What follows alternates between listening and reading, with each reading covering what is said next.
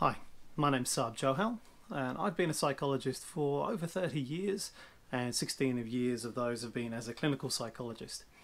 I've been working in disaster mental health for 13 years in New Zealand, and I've helped quite a few major incidents that we've experienced during this time. Firstly, I want to say how my thoughts and prayers are with those who have been affected today, all the families and friends of those who lost their lives today and have been injured. And I also know there are a lot of people who are afraid tonight, which makes it even more important for us to come together in this time of need to send a firm and clear message that we condemn this attack and reject all that it stands for. I've been asked by a few people today about how to talk about the terrible multiple attacks in Christchurch, especially with children and young people, especially if you have a parenting or other caregiving role with them. Should you even be talking about it at all? People are also wondering how they themselves should talk or act about this as parents, grandparents, teachers, members of the community, etc. So I thought I'd pull all this quick video together. We're connected to the media 24/7 these days and often have the belief that more information will help us piece together a situation. However, the news agenda can be very negative, especially after an event like this.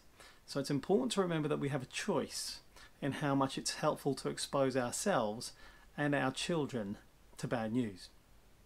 There's only so much information that's going to make it any more understandable.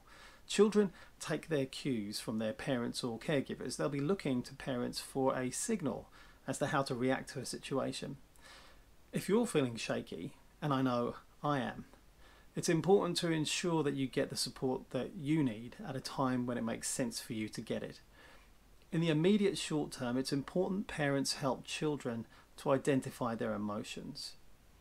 By helping them to name what they're experiencing, it helps them to verbalize and organize what they're experiencing, which is the first step of being able to process what has happened. But it's also important to go at the pace of the child or the young person.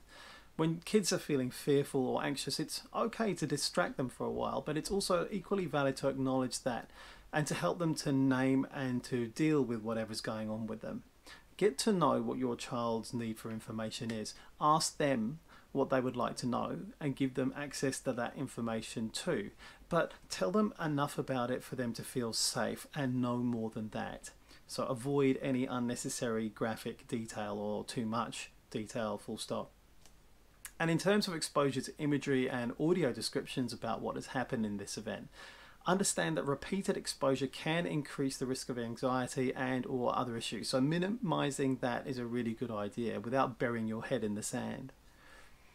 Now, completely shielding yourself or your children is probably unrealistic in today's world. It's Friday today, and if your children were caught up in the lockdown in the city today while events unfolded, it's likely that there was a lot of talk focused on today's events and information leaked in during the day too. So overall, it's probably better that you're there to help them manage their emotions rather than your kids hearing and talking about further facts and details as they emerge over the next few hours and days, all rumours that are bound to spread too. When no adults are around to support them, it's better that you engage with that. Remember, smaller children won't necessarily be able to tell that a live updating news stream is all about the same event. They may think that many events are all happening one after another, being repeated endlessly.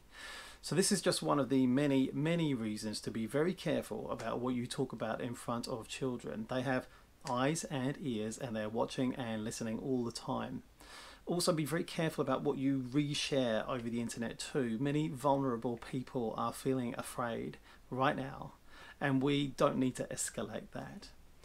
There's plenty of information there if people want it. We don't necessarily want to push it at them from all angles. So avoid talking about the gory details.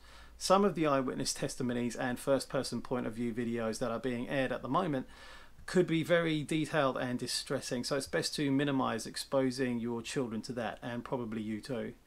And you may wish to advise older children that it's easy to end up chasing details on the internet, so helping them to limit that is good, and quite firmly if necessary. It's easy to do, and we're only human and subject to an environment that encourages us to disappear down rabbit holes sometimes. I know I can fall prey to that too sometimes. So I have to really be careful how I use the internet in incidents like this. Hours can pass and we can surface feeling all kinds of agitation and anxiety. So do be quite mindful about setting limits and time for yourself too. Helpful things to say include locating this in the overall scheme of things, that although we can no longer say that events like this don't happen in New Zealand, these events are very rare.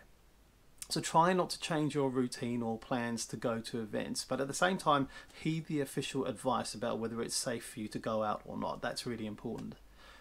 Teachers will also be likely to be talking about this over the next few days. Children and young people are curious and want to know what happened.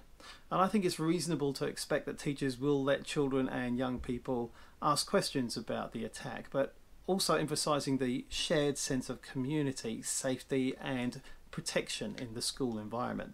Just as at home, structure and routines are important. They help to create a sense of calm, predictability and real safety. So stick to that structure and routine as much as possible.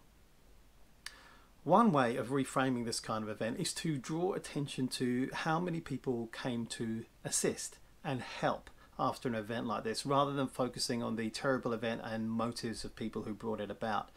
That's not to deny that this exists, but it helps to show that there is good in the world, to balance out the very obvious threat that has become very apparent in our children's world. I'll finish by saying that today, tomorrow, and for the following days, weeks and months and years, we will need to reach out to each other and those who are in fear tonight through no fault of their own. It's only by making extra efforts to connect with each other, no matter how painful that may feel, that we'll be able to come together and heal as a community, as a country. And a final thank you to all those who have been helping in the emergency services and health and welfare services, paid and voluntary alike, for your efforts in assisting and in these trying and dangerous circumstances. I think that's enough from me for now, but I'll come back in the next couple of days with specific things that experience and research has told us that we might expect for children and adolescents in the next coming days, weeks and months, and what you can do to help them as a parent or caregiver if you think that might be helpful. Let me know in your comments on whatever platform you're watching this on, YouTube, Facebook, Twitter, or on my website. Let me know what you think might help. You can also reach me at sarbjohal.com. Thank you, and go well.